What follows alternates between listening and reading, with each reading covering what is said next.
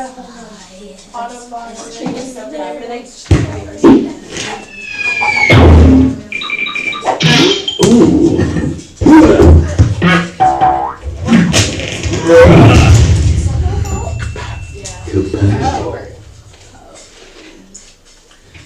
Judas.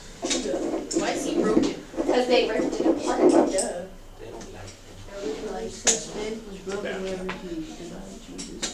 Oh, yeah. They always use the same people in these things. I don't know, is that leggings?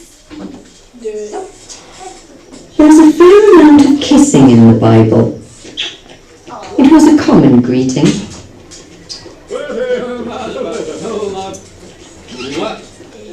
But this kiss would blow them all away. Rabbi!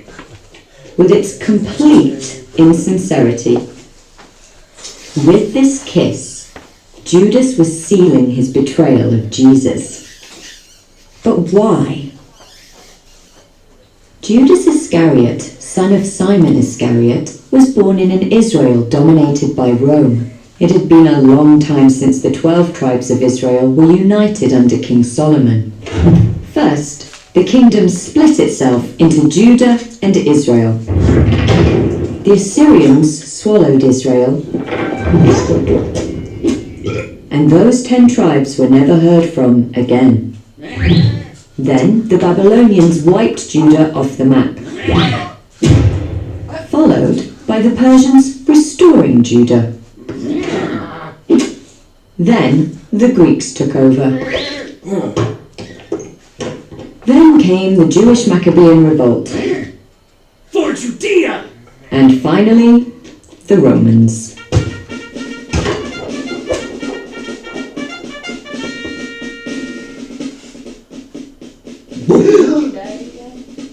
Judas may well have been like many Jews at the time, believing in the prophecies that a Messiah would come. The problem with the messianic prophecies was that they were vague on certain key details, namely what exactly the Messiah was going to do.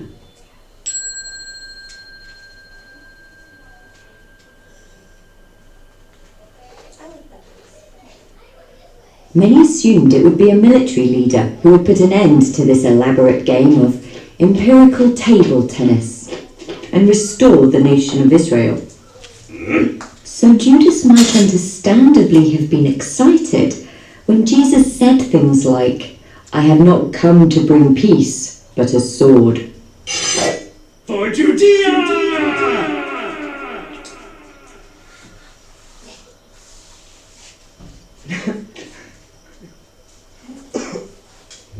Or when Jesus whipped the money changers out of the temple. Hey, hey!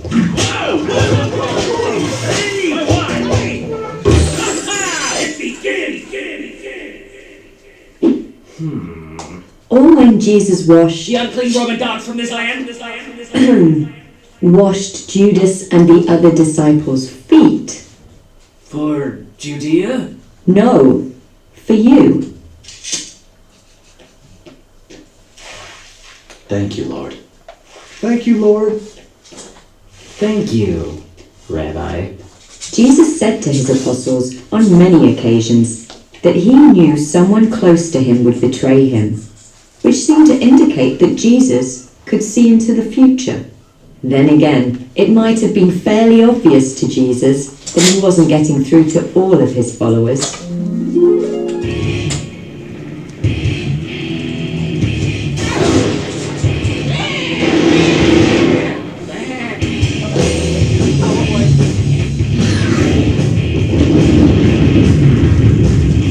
For Judea. Da-da-dow. Yeah.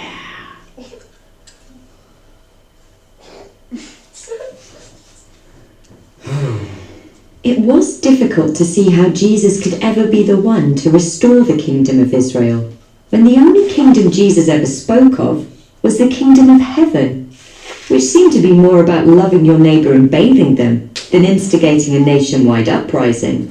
Jesus' washing of the disciples' feet was reminiscent of Lazarus' sister Mary washing Jesus' feet with an expensive ointment. At the time, Judas was seemingly abhorred by this, citing that the ointment should have been sold and the money given to the poor. To allow such waste was hypocrisy. But Judas was no stranger to hypocrisy, as he had a habit of saving money for the disciples in order to keep it for himself.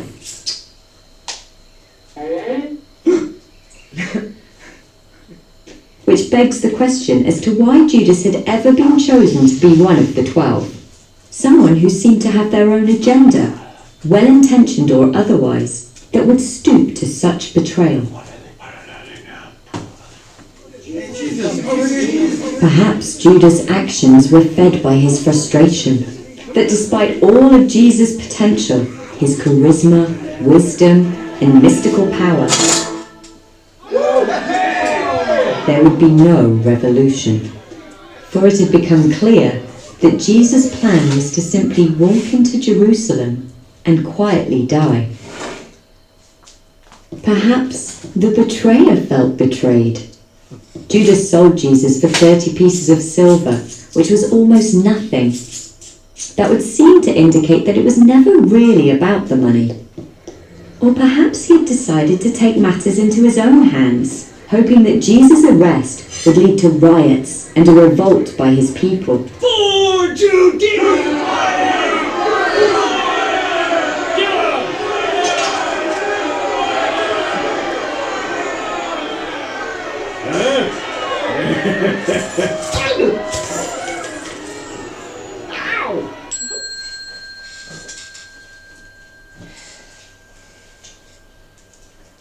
We will never know for certain what drove Judas to such a betrayal.